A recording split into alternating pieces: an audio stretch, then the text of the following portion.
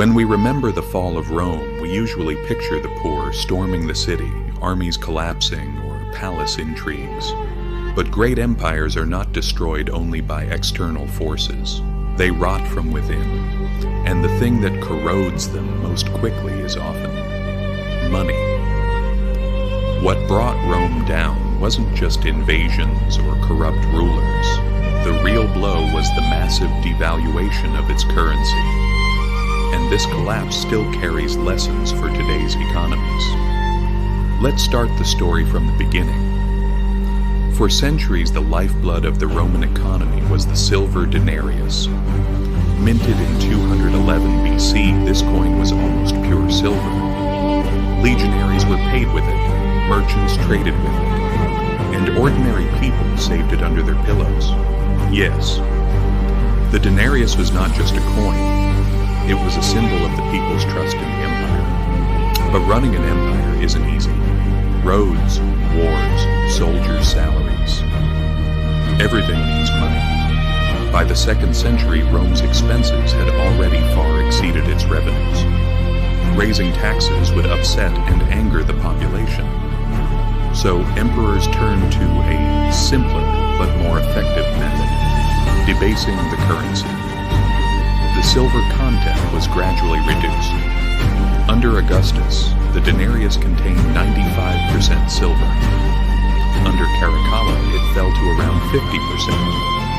And by the time of Gallienus, it dropped below 5%. A coin that once inspired confidence with its weight had become almost entirely copper. People noticed this immediately. Inflation exploded. The amount of money required to buy a single gallon of wheat skyrocketed. Soldiers demanded higher wages. Merchants stopped using the debased coins.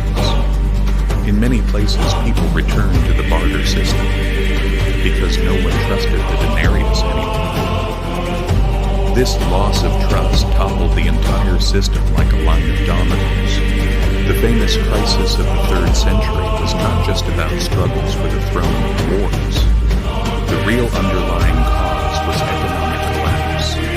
The government panicked and tried to fix prices by force, compelled people into certain jobs, but nothing worked.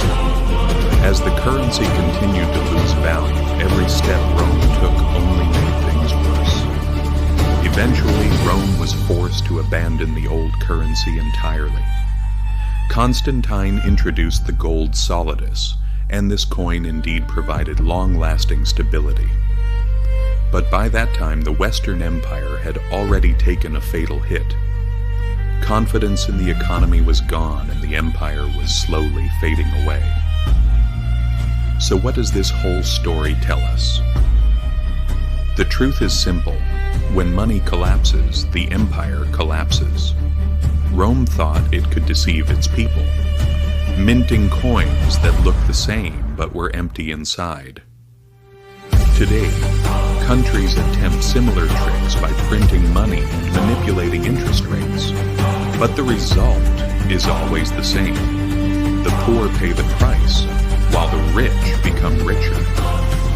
Throughout history, whenever those in power tried to solve their debts by printing money, the outcome was disastrous. In Zimbabwe, prices changed twice a day.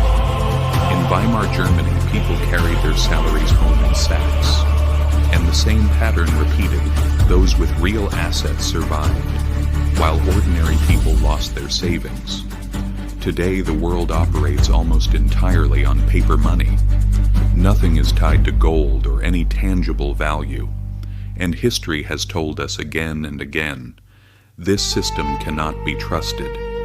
It is extremely fragile.